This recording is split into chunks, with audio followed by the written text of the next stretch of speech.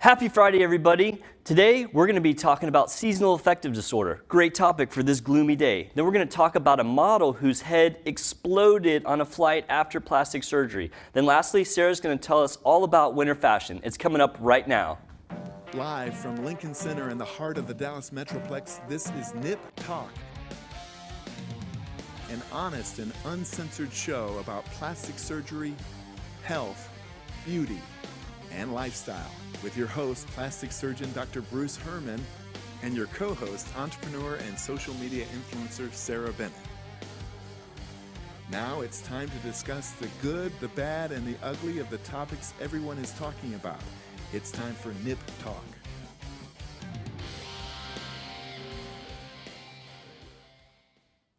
Hey everybody, thanks so much for joining us today. As I said, we got some great topics. I'm your host, plastic surgeon Dr. Bruce Hermann. With me is my co-host, Sarah Bennett. And Hi, in the guys. box, And in the box, Sarah, is the man, the legend, Travis. Travis, what's up? I don't know about legend, but You're getting there. The man part is correct, but the legend part, I don't know about that one. It's going to be there. I have faith. So, as I said, we got some great topics that we're going to talk about here in a minute.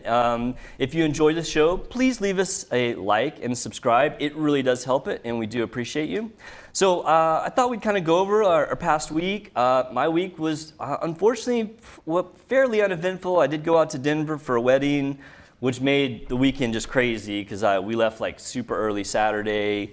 Got to the wedding right at the time for the rehearsal dinner.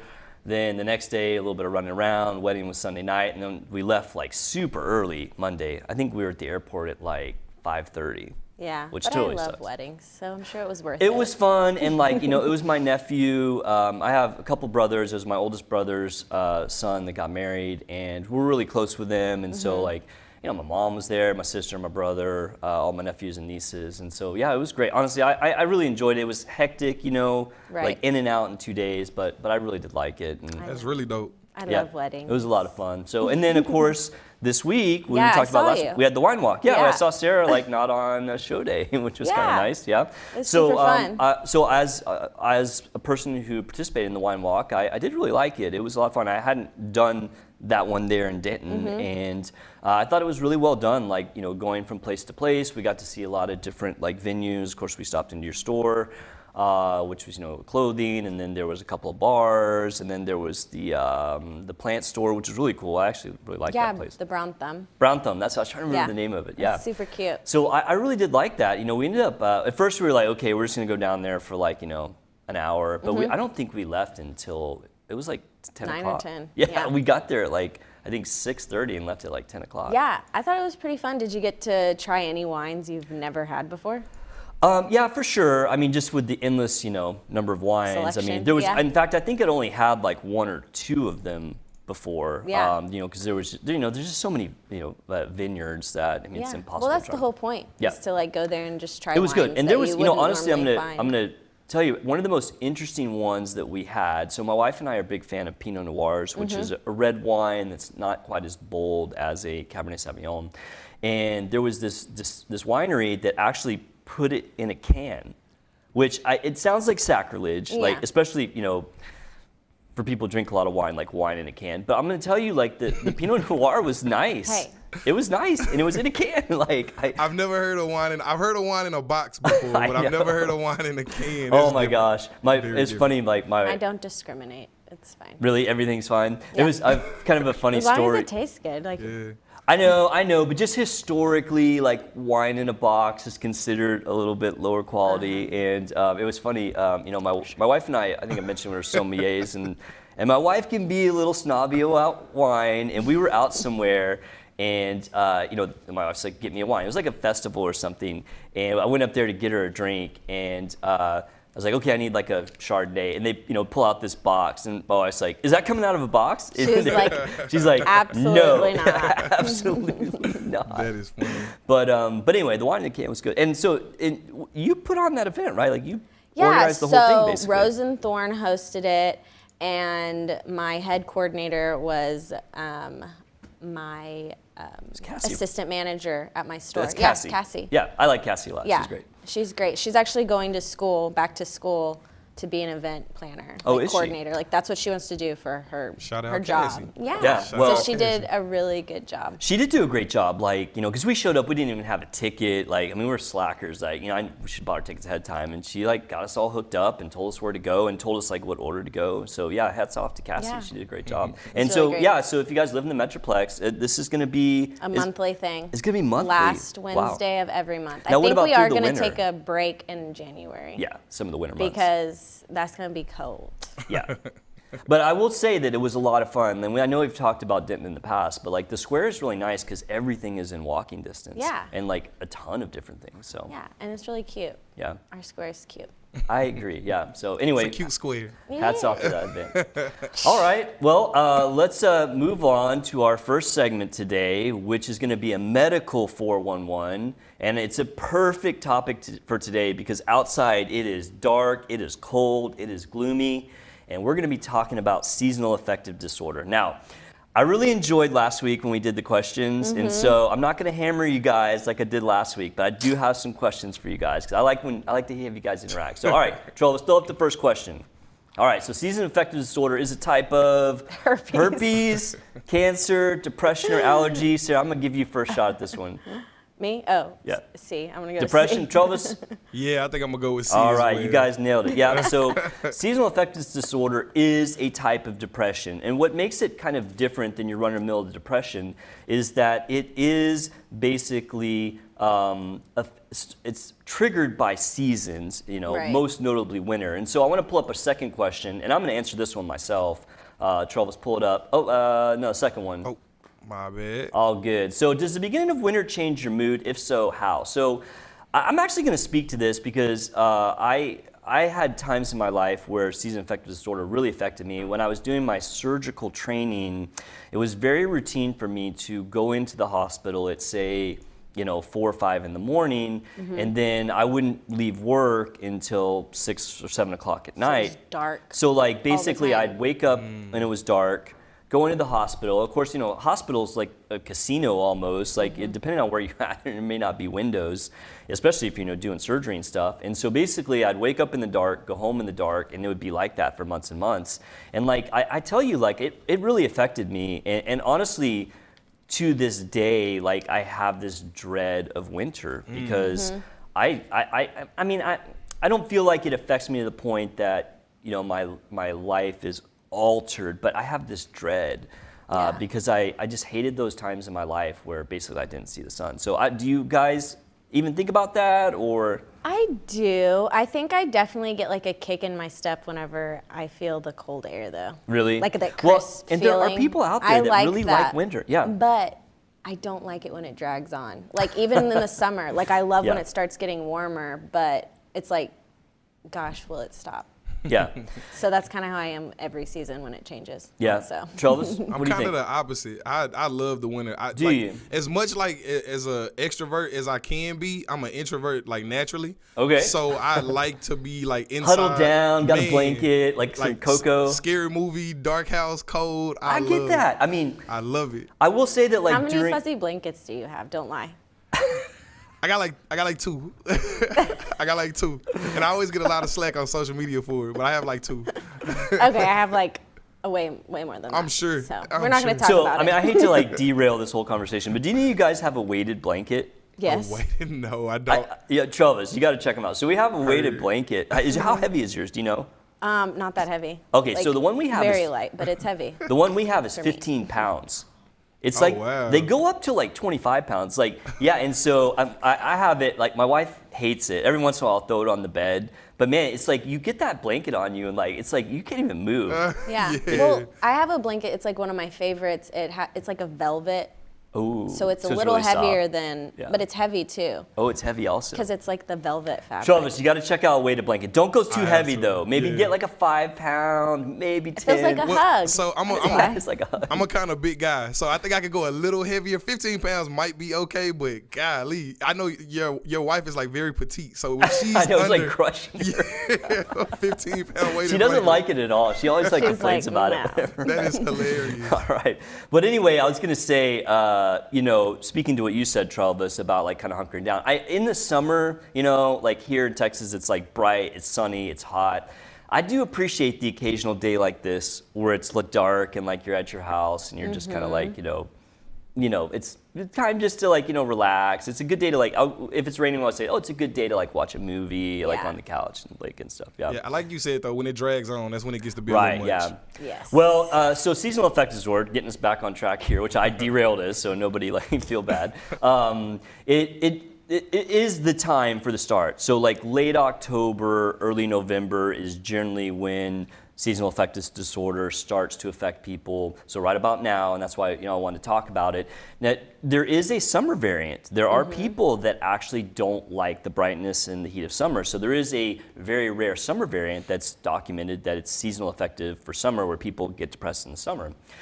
So if you look in the United States, about 5% of people suffer from seasonal affective disorder. So it's like 1 in 20. I mean, that's quite a bit. Yeah. And a bigger number of 10 to 20% suffer from what's called the winter blues. I feel like that's more like me. Like I kind of get the winter blues. I don't feel like I maybe have full-on seasonal affective disorder. The symptoms are very similar, but just less severe. So, all right, I got one more. I got a couple more questions, but throw up the next question, Travis. All right.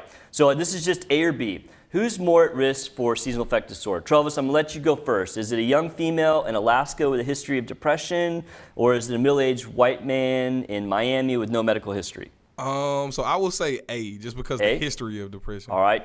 Sarah? A. A. Man, you guys are killing it. All right. So people with the highest risk of seasonal affective disorder, one is anybody that has a mood disorder, so history of depression or bipolar. Next is women. For whatever reason, women are more affected by seasonal. Not sure why. No one's ever found a link. It's not like it's estrogen related or whatever, but there's definitely a correlation with women having more risk. Also being young. Young people are more at risk for seasonal affective disorder than older people, which to me makes no sense, but it is what it is. Interesting. The next two things are kind of regional to where you live. So if you live really far north, so say Alaska, in the winter, there's basically no sun at all. Yeah. And so the closer you live to the equator, the less seasonal affective disorder affects you. The further away from the equator, north or south, the more it affects you. And lastly, regions where you have a lot of cloud cover. So like I would say Seattle is like a good example. Like it's always kind of, dreary and rainy up there. So you get more incidents of seasonal affective disorder up there. So, all right, so next we're gonna talk about symptoms. Travis, throw up the next question. All right, Sarah, you get to go first. What is not a symptom of seasonal affective disorder? Sadness or depression, washboard abs, weight gain, fatigue or lack of energy? What is not? I'm gonna go with B. Washboard abs? Yeah. Travis? I will go with sadness and no, I'm just playing. B. I think I made the questions too easy. I felt bad because You're like, I will go with herpes. I hammered you guys last week with some pretty stiff medical questions, but you guys are crushing it. All right. I know I got to go somewhere in between with my question difficulty. Yeah, but that's exactly right. So some of the symptoms of seasonal affective disorder are very similar to the symptoms of just basic depression. You got sadness, feelings of loneliness, you got overeating, weight gain. So that's how it kind of correlates. Sitting on the couch watching movies. Sitting on the couch watching movies. Trouble concentrating, sleeping too much, and fatigue and lack of energy. So symptoms that are very similar to depression. And it's good to know the symptoms because if you feel like you're having seasonal affective disorder, you can make it better. There are treatments. And so the next thing that I have for us is... I think I would buy a sun lamp. Right. Yeah, that's right. Boy, you're crushing it. Sun lamp is correct. Yeah. All right. So I do want to talk about the causes, and then we'll get to the treatment. So the biggest cause, I think, for seasonal affective disorder is the lack of sunlight. Yeah. Because sunlight does affect your biological clock. If your biological clock gets off, so like me, where I'm going into work, at dark and then coming home at dark, my biological clock doesn't really know what to do, and that's been shown to give people symptoms. Also, less sunlight does affect things like serotonin, which is the neurotransmitter that makes us be happy. So if there's less sunlight, you get less serotonin. Also, vitamin D deficiency also affects serotonin in a negative way. And lastly, decreases sun increases melatonin, which can have a negative effect on your mood. So, all right, the next question. I think this is the last question I have for you is, how do you diagnose seasonal affective disorder? Do you do it by going to a Facebook group, a Reddit page, going to your doctor, or consult your Magic 8 Ball? The Magic 8 Ball is hilarious. I will say your doctor. C? All right, you guys are 100%. You guys killed it, man. I wanted to say Facebook group, but I fought the urge. Good job, Travis. Good job. Yeah. So it is important to visit with your doctor because you want to make sure that if you are having symptoms, that it's not a larger problem or a problem so severe that you might want to take medication. Yeah. And so that's where seeing a doctor who can walk you through your symptoms and their severity is important. So I encourage people, if you're having symptoms of seasonal affective disorder that you feel like affects your life in any significant fashion, it is worth talking to your doctor about that. Yeah. And so lastly, we are going to talk about treatments. You nailed it. Sun lamp. Yep, sun lamp. So I got a picture of that. There's a sun lamp. These are special lamps. They're not just like normal lights. They mimic sunlight and the wavelengths of sunlight to a certain degree without the harmful effects. Right. And You're they're not in like a tanning bed. Yeah, it's not like a tanning. Yeah, in fact, that was a thing that when I was, I always do research, anything I talk about. I'm allergic to tanning beds. You're allergic to the tanning bed? Yeah, I broke out in a rash one time. Really? Yeah, I did not like it. Was it like maybe something you put on your skin? I think it might have been. Did you use Crisco? No. That's what we used to do back in the 80s. We like rub Crisco on Crisco? our stuff. Yeah, so you get that deep tan. Pores just clogged. I'm talking about. Dude, we were dumb back then. We didn't know any better. Like I'm we were like, I holding would like think the like aluminum baby oil. Baby oil? You're hardcore. Well, we were hardcore about getting a good tan, man. You had to have that good tan. Dr. Hermann just Your mom was slathered probably like, "Where's my Crisco apple?" in bacon grease. Must have put butter on Yeah, myself. but just whatever you can find in the kitchen.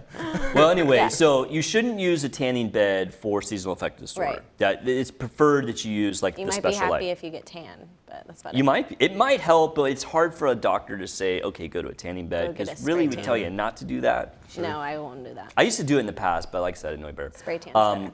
So antidepressants sometimes can be prescribed. Now, I'm not saying that everyone who gets a little sad needs antidepressants. I'm not saying that at all. But if it is significant enough or severe enough, it might be something your doctor recommends. The other things are having more outdoor time during the day. So if you're affected by seasonal affective disorder, if you can set aside time during daylight hours to be outside, that's going to help you. I love it. And then lastly, things like vitamin D supplements can help, and as well as having new hobbies. So like, and this goes for just depression in general, like, if you're feeling down on yourself, like getting a new hobby to kind of get your mind focused on something else can sometimes. I feel like there's like seasonal hobbies too, something that you don't have to like do. And it'd all the also be time. great, like, I mean, that's very good, because like if you can get a hobby that's specific to the season where, that you maybe get down, so like winter, so like, like skiing or snowboarding, which around here in Texas is kind of hard, but we'd have to kind of think about Maybe since we're in Texas, it's usually so hot outside, people usually aren't outside as long, but so maybe like going for walks more. Yeah, when it's not free. Because here, going for like a hike or something. I mean, in more. Texas in January, it could be like 60 degrees, which would be great, like hiking weather. Yeah, so. All right, well, if you like this segment about seasonal affective disorder, please leave us a like, throw us a comment. We want to hear what your thoughts are about this, and any questions we get, we'll answer on our next show. So, all right, so we're going to do a segment, and I'm going to rant and rave, so you guys better get ready, and I want to hear you guys' opinion. So I have a picture that shows exactly this segment. Throw it up there. Yep, that's it. This is a Nip Tuck 911, and it is a dumpster fire. So I kept seeing this article floating around on my social media, and I just kept swiping. I was like, nope, I'm not getting in this. I'm not going to do it. And then it got picked up by the networks. Got put on Yahoo. It got put on New York Post. And so, I pulled this. Yeah, here it is. So, social media model, and I'm putting. I know you guys can't see me. I'm doing quotes here. Model says that her head exploded during a plastic surgery flight. Hope she's okay. Yeah, she's okay. Well, her head's still there. So she's not looking cute though. We'll get to that. So this all started. So it's crazy, and so it blows my mind that now we live in an age where a random person can post something to TikTok and that becomes national news. It blows my mind. Yeah. This TikTok video, and we're gonna watch it here, has like 8 million views. I mean, that's pretty heavy. I have one TikTok that's got 5 or 6 million, which is crazy to think that something like that could be national news. But we're gonna watch it. So this is the one that started it all, and there's some follow-ups, and we'll talk about them. So roll it. Nobody move, there's blood on the floor. And I can't find my heart. 10 seconds. Nobody move, there's blood on the floor. 5, And I can't find my heart. Oh my God. I am like. That's why I kept I'm a swiping. I little saw that. I was like, horrified. nope, swipe, and it just kept showing up. Did you see it? All right, have either of you guys I've seen that? never seen that. You haven't seen it? I did see the story. You I saw did the see story. Okay, well, we're about to unpack this.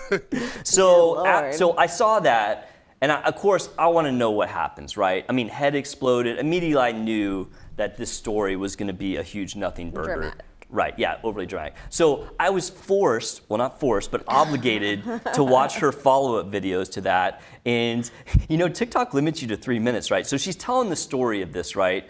And so I watched the first 3-minute video, and she basically got like 0% of the way through the story. So then I had to watch another one, and she's like, okay, I'm gonna get it all this time. So I ended up watching 5 3-minute videos. That's 15 minutes of my life. I'm never Well, gonna good get for her. back. She got you. Yeah, I know, right? I'm just like, oh my gosh. So I did finally get the story of like what happened to this girl, and this is a huge nothing burger. Like, I mean, this story, I don't know why this got picked up by the media. So this girl has surgery. She gets on a plane, and she gets up, and she walks to the bathroom, and suddenly she feels some fluid.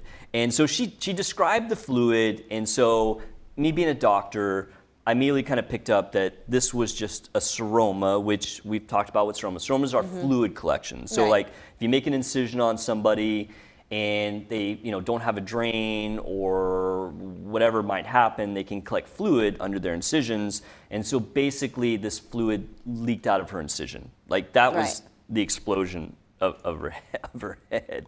Golly. Also, like the whole model part. So she's a model. She's on OnlyFans. Okay. Because it popped up initially as like model, like I'm thinking like, runway model, like, Victoria's Secret model. This is only, you guys are familiar with OnlyFans? Of course. Oh, I of get course. asked all the time if I'm ever going to make one on my social media. And it's no. No, I'm never going to make one. I mean, we could have a whole conversation about OnlyFans. And like, listen, I mean, I respect anyone who's out Got there, that hustle. who's out there hustling and out there making a living for themselves. And so I am absolutely not dogging OnlyFans people at all. But I mean, to say that it's a model is a little bit deceiving. This model term is getting looser and Model looser. is I getting feel like that's super like me loose. saying like I'm an actress now because I'm on this talk show. I know, exactly. Like, oh, now you're an actress, right? Yeah, I'm like, what? So this model whose head exploded, like all of that is just basically, none of it's like really true. And the other part too is that the plastic surgery she had was cat eye surgery.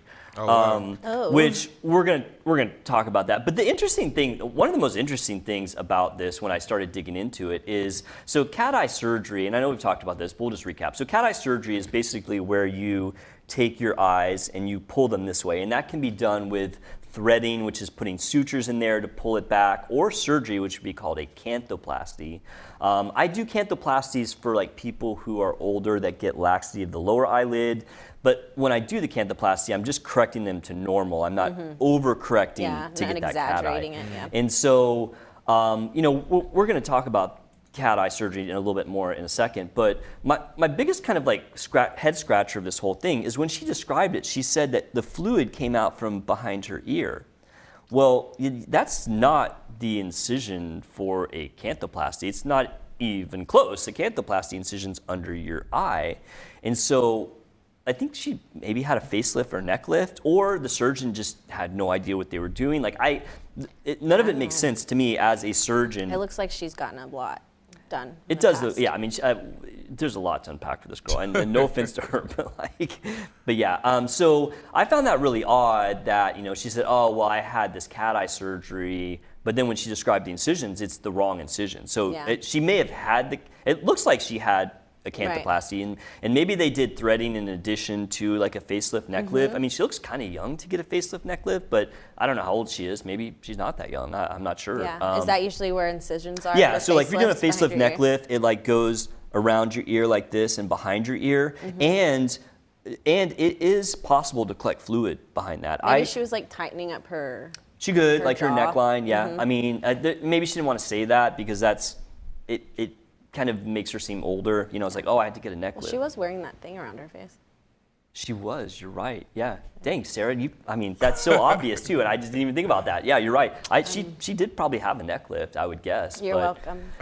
Very good. That's why I have you here, man. You pick out those things. So anyway, this whole thing is just, as I said, a dumpster fire. But it's worth talking about because there are some things we can learn from this story. And this story, you like that?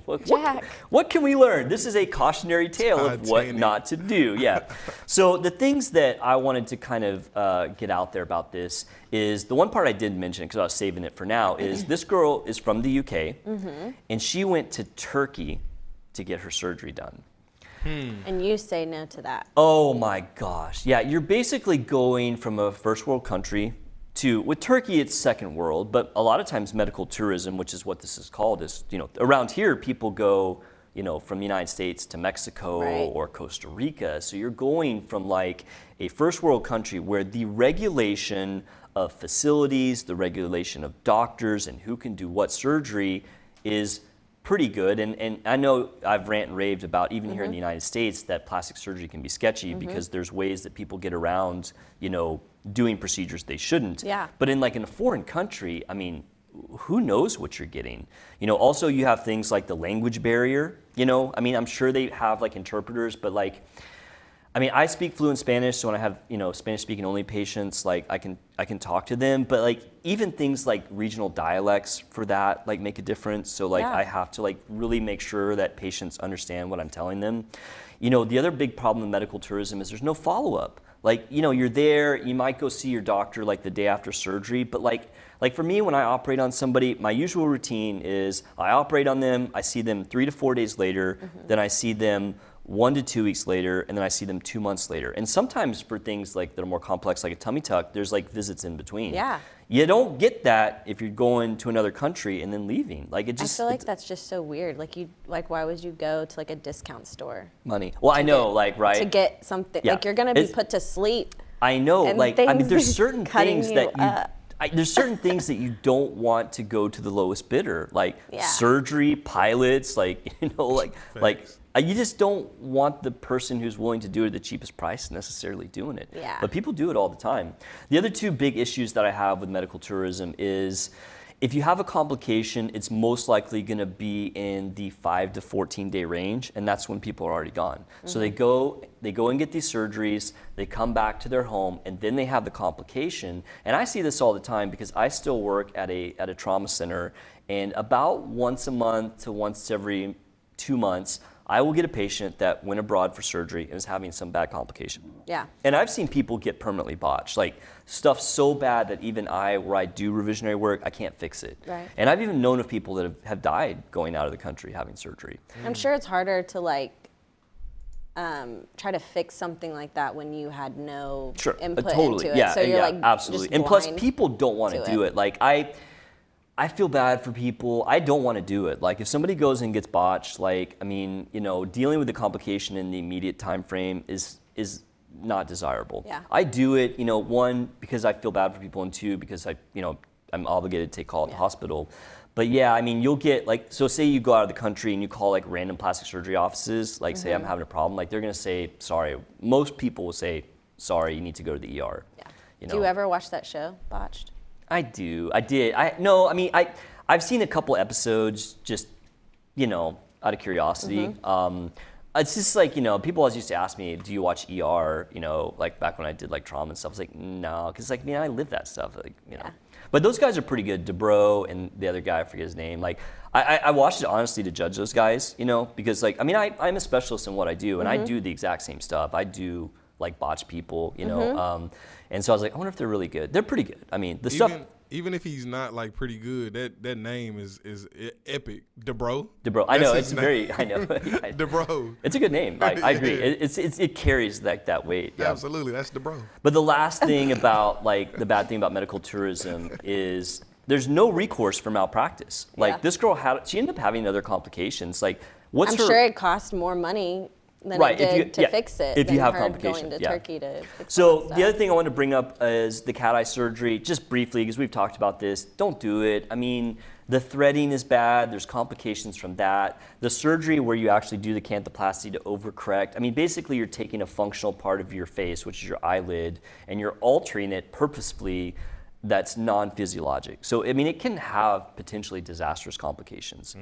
So, you know, it's just not a good idea. I can't imagine any respectable plastic surgeon in the United States is doing that. And maybe that's why she went out of the country, you know, honestly.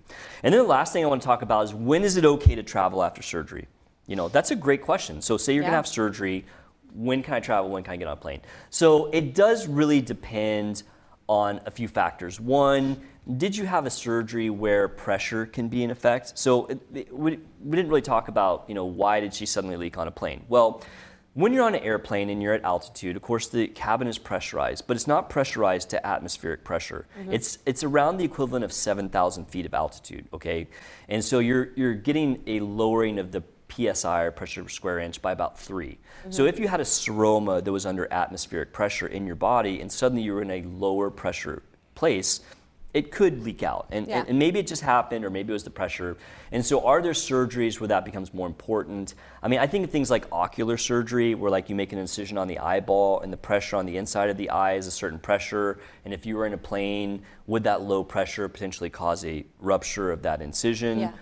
Possibly. So, I mean, I think there are a couple surgeries, pretty rare, where it can be very critical about pressure. But then, you know, from just more of a safety standpoint, so like if I'm doing something minor on somebody, like maybe I'm taking off a skin cancer and I say, when can I travel? I'd be like, you can travel the next day. Yeah. There's nothing about this that is, you know, so serious that you couldn't travel. So then I think about maybe like a moderate surgery, like a breast augmentation. I do lots of those, you know, maybe liposuction. I would say for that, maybe a few days, you know, 4 or 5 days, as long as you're doing okay, you could probably travel. And then lastly, like major surgery, like, which for me is different than major surgery for other specialties. Like for me, major surgery is like, you know, maybe like a tummy tuck or breast reconstruction. For that, probably a couple weeks. Yeah. So I think if you're having surgery and you want to travel, you should talk to your surgeon and ask them, okay, I have this trip planned, when can I travel? Yeah, So, I know. Even when I go on a plane, my feet get swollen. do they? Yeah. Yeah. So definitely getting up and walking around can help that. Yeah. It's hard to put your feet up in a plane. Really, it's impossible because you're kind of crammed in there. But Not for some people. Some people will be putting their feet on there. feet up like on the next seat. Yeah, have you seen I those know. videos? We could have a whole segment about airplane protocol. Ultra comfortable. Yeah. Anyway, yeah, I thought this whole thing was just a mess. Like, I almost felt bad talking about it because I'm like, you know, here I am doing the exact same thing that I'm like dogging all these media companies for doing. But Well, I appreciate the myth buster of it because I saw the story and I was thinking the same thing. Like, I wonder how true or how real that is. like zero. Yeah. Like it's I mean it's terrible. Like I just don't, and you know, and I don't know. I could get on a soapbox of like, why is this national news? Why are we bringing attention to this? Like, Right. but you know, I mean, for us, like we get a pass because we're talking about Because she literally said my face exploded. right, yeah. We're talking about like things that you can learn from this. But like, you know, CNN picks it up because they want to get clicks or whatever. And so it's In clickbait. reality, her ear leaked. Yeah, right, yeah. In reality, nothing happened. And yeah. Whoops. So anyway, well, if you like this story, please leave us a like, throw us a comment. We'd like to hear what you think about this story, or if you have any questions about things like traveling and surgery, please let us know. So, all right, Sarah, I understand that you are going to quiz us. Is that right? Yeah, just a little bit. So me and Travis are going to. Tiny, tiny, Travis, tiny. it's on, buddy. Like, We shall see. all right. We shall see. Okay, so I know last time we talked about fall fashion, so we're going to talk about winter fashion. It's Right, kind of the it's right around same. the corner. It has a lot of the same stuff, but I didn't put in guys Okay, that's okay. trends just because it really doesn't change.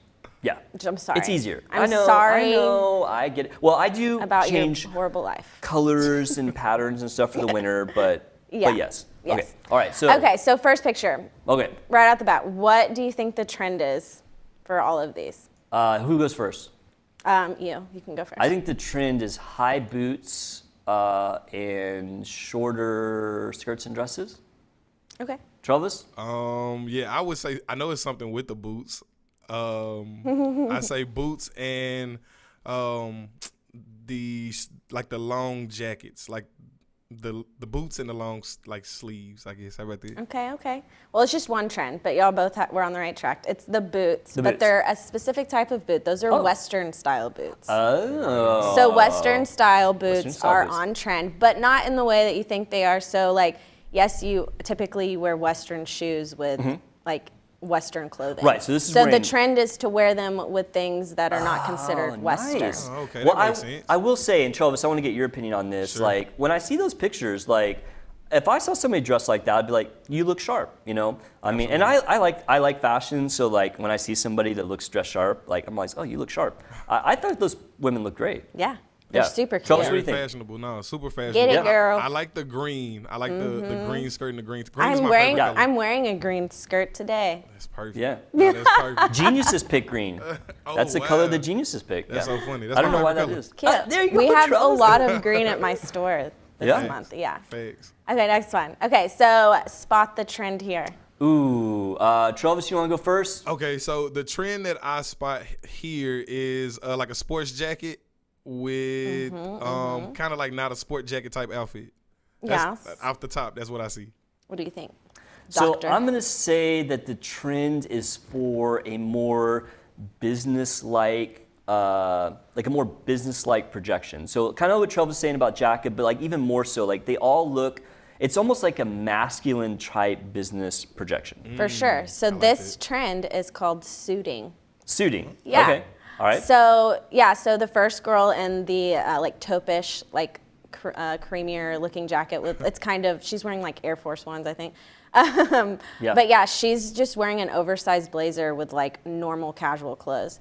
And then obviously the girl next to her is wearing a set, but still looking very casual. And then the two girls that are walking together are definitely more upscale, classic suits. And then the other girl to the left, I mean to the very right, she's just wearing jeans and a blazer, but she still looks like she's going out somewhere, Yeah. like not casual. So I look at those and I don't know if I love the look, but I will say that I appreciate it. Like Yeah. I would look at that person and be like, you know what you're doing. I may not. I'm definitely wearing that trend right now. Mine's not as oversized, but this is like Yeah. a leather blazer. Yeah. Yeah.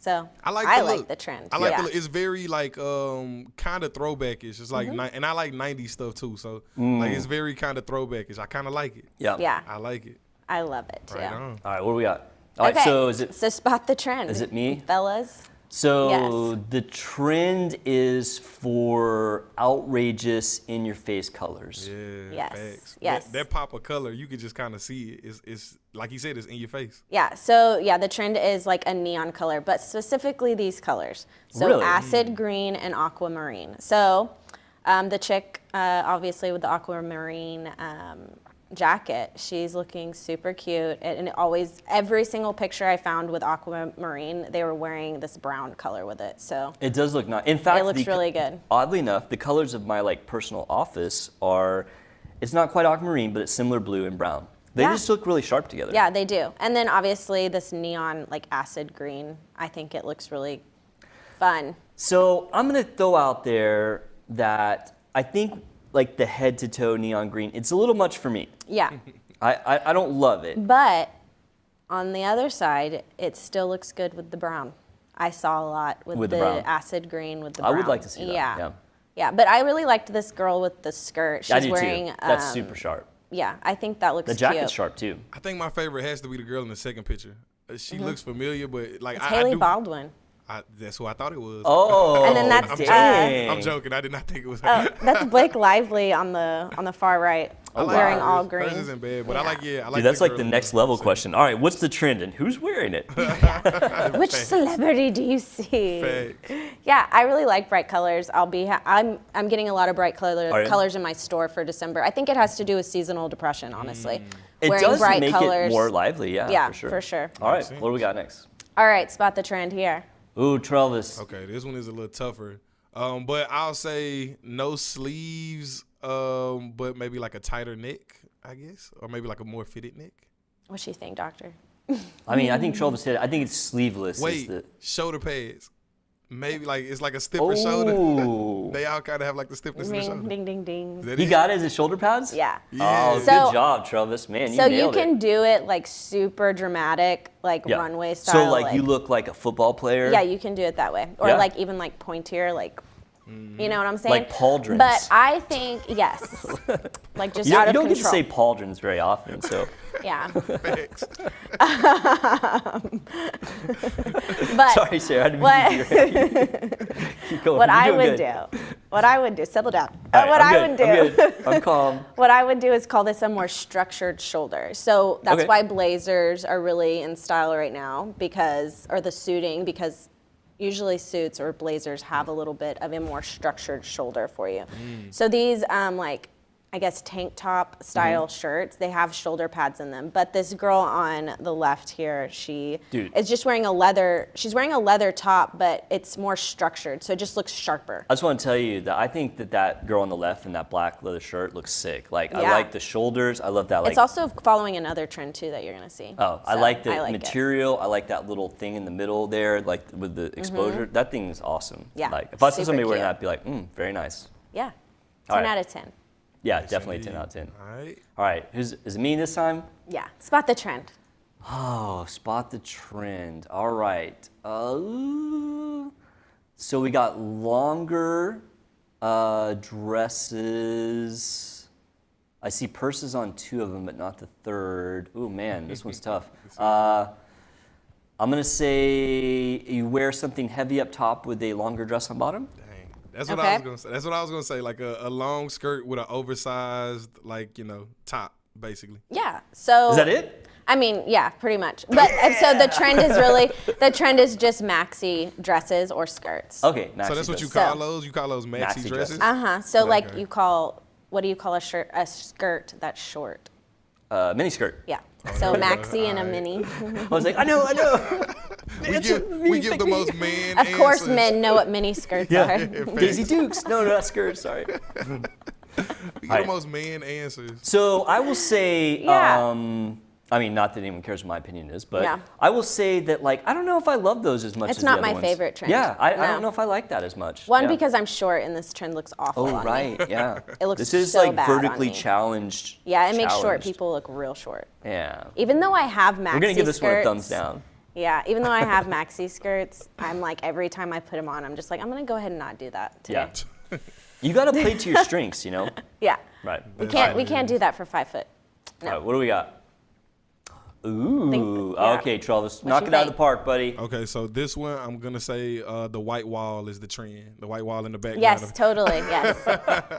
For No. sure, for sure, for sure. So like the commando boots, like the real aggressive military style type boots, oversized boots. Aggressive, yes. There we Yeah, go. dude, I think that those are sick. Like, I like Yeah. those for men. I like them I think they're even better for women So because it's you don't really- yeah. expect a woman to wear something like that. So it's really just the chunkiness Yeah. of the boot. So chunky you could buy like a combat boot, but if it's not chunky, it's not the trend. So it has to be like, like over the top. yes, it has to be platform. Like, it you look has like you to could be like curb super- stomp like hippies or Yeah, something, right? it has to look like, like I don't know if you've ever seen those commercials for Bratz dolls. Like it has to look. Like, Yes, yeah. Like super thick soles. Yes. Yeah. They almost look like apocalyptic, right? Like Yeah. the Mad Max. No, I think it's super cool. Like, Yeah. I honestly, I've liked those from like the 90s and I never stopped liking them. Mm-hmm. I mean, I don't wear them that thick because like functionally, but like I like that kind of black leather boot look. I mean, Yeah. I I'm love not them. really a big fan of the oversized boots for some reason. Really? I Okay. don't know what it is. I guess because it's like, it looks heavy. I guess. It's like just- wearing it or seeing somebody wearing yeah, it? both. Both? Okay. I know Doc Both. Martens can be heavy Really? when they're the chunky kind, but a lot of them are not. Makes sense. Yeah. Travis is the tennis shoe guy. I Oh, bet you have yeah. I bet you have an awesome collection of tennis shoes. Do you? It's all right. It's not bad. It's all I'm right. like, do you have any Yeezys? Because you about have to get rid of those. I mean, or keep them and sell them for more because they done. I do Are have they? I do have a pair. Yeah, Kanye got dropped by Adidas Yeah. Oh, right. because he says It takes me a minute. things. Yeah. Yeah, Kanye, that's a whole nother story. And Kanye's kind of fallen from grace. Maybe he would come on the show. Like, I mean, we could have Yeah. him. Like, He's like looked at as a style person. So Yeah. I mean, you know, like, One day. Kanye, we'll have you, buddy. Like, if you want to Give us a call. give us a call, Kanye. Have your people reach Oh out. gosh. Next trend. Okay. Oh my God. I forgot What's whose this turn it is. I think it's trend? mine. Okay. It's Haley so Baldwin again too. These look FYI. like the old. I'm sorry. Oh, It's the Haley Bal- Baldwin again. So these look like the old school like '80s jackets. They're like, well, the one on the left looks like the old school like vinyl that like the athletic jackets you would see all the time in the '80s and the '90s. So I'm gonna say this is retro jackets. Yeah, pretty much. What do you think? Same thing. I like the starter Bulls jacket. That's really dope. Yeah, so the trend is a bomber jacket or varsity style jacket. Yeah. So Cool. I those like are it. the trends. A little bit oversized and just Yeah. A varsity style. That's jacket. coming Yeah. still over from the fall. yeah. So Haley remember. Baldwin. Yeah, it's from the I fall. remember your episode. So Haley Baldwin was actually wearing the varsity style Was she? jacket. Yeah. So I have varsity style jackets at my Do you? store. Like yeah. what teams? Oh, are they specific teams? No, or it's just like blank. blank. Yeah. Yeah. Oh yeah, I like that though. We need Yeah. to get one that says nip top. Okay. You need to get some embroidered ones, Yeah. That's dope. some patches. All right. Okay, is this the last one? No, there's a couple more. Oh, Okay. shoot, dang, there's so many trends. Boy, This what one- is this Okay. one? Oh, is okay. it Travis? I It's can't like remember. a furry top, like a textured top. I guess you Ooh, would say. yeah. Textured top, and then maybe like an oversized bottom. The third picture doesn't have really oversized, but It's almost. Think of more of like a time of the year, or not time of the year, but like a time in the past. Oh man, the 70s. yeah, maybe like 60s. So this is supposed to be Y2K. So if you remember, a lot of girls in the early 2000s wore a lot of fur on their like Okay. clothes. Man, that a one- lot I of missed that mini one. skirts and a lot of cargo pants. I feel like I kind of Dude, remember like I when love Donna cargo went. pants. Like, Yeah. for me, they Yeah. never went out of style. Yeah. They're And then of just so course, practical. the typical low-rise jeans are coming back. I didn't put those on there because I do not ever want to see them again. What are low-rise jeans? So haven't- like girls usually are wearing like high-rise jeans now. So like they come up to like their belly button now. okay. Gotcha. And that's usually because they can wear crop tops because crop tops are really in style right now. Yeah. Yeah. But low-rise jeans are the ones that you went to school with, and like girls would bend over and you'd be like, "Hey, what's up?" Yeah. Yeah. I mean, I'm not saying I hate them. I'm just saying. Guys usually do like them, but I do not. All So right. it's about the trend. This one should be easy for you guys. Is it Dr. Herman? I think it is. So. So this is like these are like halter top kind of tops. Ish. Yeah, but there's a specific name for them. Oh, specific name.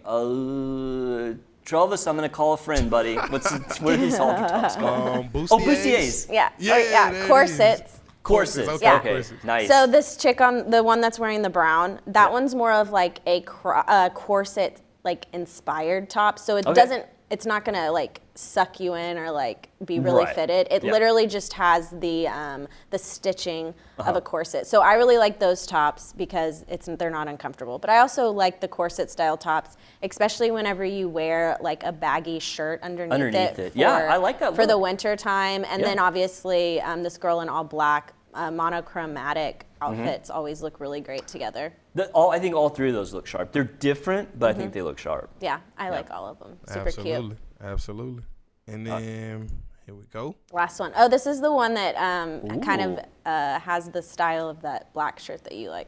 Yeah, it's almost like a geometric skin exposed. I mean, I don't know what the right word would be. You're but going. it's- Yeah, you're in the right But spot. it's like a geometric, I don't want to say off the shoulder, but exposed skin shirt. There's probably a name for it, yeah, right? Yeah. There's a specific name for the trend. Oh, man. What do you think? What do you think the specific name is? I just described it, Charles. If you know this, I'm gonna buy you a beer because I don't know. I do not either. well, it's just called the cutout trend. So Oh, anything the that has a cutout cutout in it. I swear I was going to say cut up shirt. That's Yeah. what I was Yeah. going to say. So you could go like super extreme, like the two girls on the left, or you can do a little bit more modest. I love Just those. show your shoulder, especially when it's colder. But the one to in me, the this middle is is art. tough. I mean, I like shirts like this because it's an artistic. It wasn't like someone just built this in a sweatshop. Like there was some just, like like, cut it up, artistry yeah. and like love in this. Yeah. I do like it paired with the jeans too. The one Yeah. in the middle is probably my favorite, but the one paired with the jeans is yeah, tough yeah. too. Looks good. Yeah. All right. Ooh. And this is the last one had a mixed prints.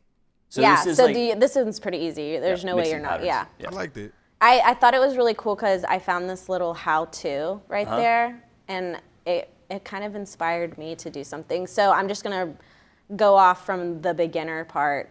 You're supposed to, when you find a print that you really like, and then you find like the major color that's a part of it. So say it's navy blue. Okay. So from that step, you take that navy blue color and you find something that's a geometric shape that goes with it. So say you have like a navy blue floral, like this girl with the periwinkle bag, the little blue bag. She has like a navy blue floral top, but her skirt is like a geometric skirt, but it has that Has the blue color in in it, it. yeah. Yeah, so That's some good accessorizing. so it all kind of goes together, but it doesn't at the same time. So that's the trend, and it's kind of tricky. So Man, yeah, there's got to be like, it you kind gotta- of inspired me to try that because I've never done that before. What I take away from that most is when I wear my like leopard, I have to wear plaid as well with my leopard stuff. So See, you already do it. Dang. He's that's on all this. Man, trend. you're a boss, dude. Yeah. That's awesome. Yeah, but those were that was all of them, right? that was it. Yeah. That was So it. those were the winter trends. Man, I love that. Yeah. There's some, I mean, honestly, the majority of those outfits I really did Yeah, like. and there's a lot of those trends that filter into men's clothing as well, like the pattern mixing, the varsity jackets or Yeah, bomber for jackets, the chunky boots. Yeah, the boots. All of that stuff. So it's just that men are more likely to just wear what they always wear. Yeah, They're not right. more. They're so they're a little stuck in their ways. But girls usually try different stuff. So. Well, I like that. That was a great segment, and I appreciate you being here to like educate us. Yeah. Because I feel like I love the clothes. I'm gonna now pair my dry fit Adidas with like some leopard printing or something like that. Hashtag pattern maxing. Yeah. Oh my gosh. There we go. All right, Travis. Sarah, thank you so much for that. Yeah, If you no guys like that problem. segment, please leave us a like. Leave us a comment on what you think is a good trend for the winter. We'd love to hear Yeah. from you. And Travis, do we have any questions? We do. We have a few people tapped in. Someone asked, would risk of surgery problems increase if you were flying and the plane lost pressure? Oh, potentially yes. So that's going back to, so when you're on a plane and you're flying at 30,000 feet, like the pressure outside the plane is very, very low. Like it's actually unsurvivable, not necessarily from the pressure, but from like the oxygen, but also the pressure is very low. So question being is, if the plane lost pressure, would that increase your risk? Yeah, I mean, for sure. How much would it increase? It would just depend on what surgery you had. Like once again, if you had something like ocular, where you had stitches in your eye and you suddenly lost pressure, I mean, that could be bad. I mean, your eye could explode, not like detonate, but like it could like literally like extrude. Or Yeah, no, like through the, because like the inside of your eye would have a pressure of like 1 atmosphere. Yeah. And then if the outside suddenly dropped to, a very low pressure, like 0.2 I don't know what 30,000 feet atmospheres is. I wish I was smart enough to tell you. But I mean, it could potentially make things worse for sure. Or if you had a seroma like that one girl did, Yeah. I mean, it could come out very aggressively. So yeah, that's an interesting question. I mean, I'll have to look in the literature and see if there's any incidents of planes losing pressure and people having surgical complications. That'd be interesting. Absolutely. Yeah. There probably is a case study, yeah. Good question. All right. Well, someone else asked too, is medical tourism bad if someone went from a third world country to a first world country? Okay, so asking say somebody comes from, a less regulated, more poorer country than the United States. Well, I mean, that does happen. I think in that point, like it's kind of a positive and negative thing. Like the positives would be that if your country didn't have that strict regulation on like, medicine, doctors, surgeons, facilities, like you would gain that advantage, which potentially could be a big deal. And I know that that does happen like in the medical world where people come to the United States to get medical care. I mean, that's a thing. The downsides would still apply though. And so the downsides being that there might be a language barrier. If you had complications, you might have already gone back home. And then also, like, what's your recourse if, like, you're in a foreign country, or if you're from a foreign country, and, like, I don't know, can someone out of the country sue you for malpractice? I'm not sure. I mean, I get that a little bit, like, even for myself, because I will have people reach out to me on social media, and they say, oh, I saw your befores and afters, and I want you to do my breast augmentation, but I live in, California. I get plenty of people asking from there, like New York. I mean, I would do it, but like, I mean, in general, it's best to go to a doctor near you if they're of equal quality. So, I mean, I've had people travel for me. I haven't had anybody travel from out of the country yet. That would be cool, but it does present some problems. So, I think it's worse going from first world to third world. Going from third to first is better, but it still has some potential challenges. Yeah, That I can makes totally sense. see that. Yeah. It definitely makes sense. So. Definitely makes sense. That's all the right. questions that we have on my Okay. end. Yeah. All right, guys. Well, hey, I really loved today's episode. Thought it was great. Thank you so much for your segment, Sarah. Travis, thank you for your great answers. Absolutely. All those out there watching, thank you so much. We'll be back next week. Please leave us a like and a comment and subscribe if you can. We'll see you next week on Nip Talk.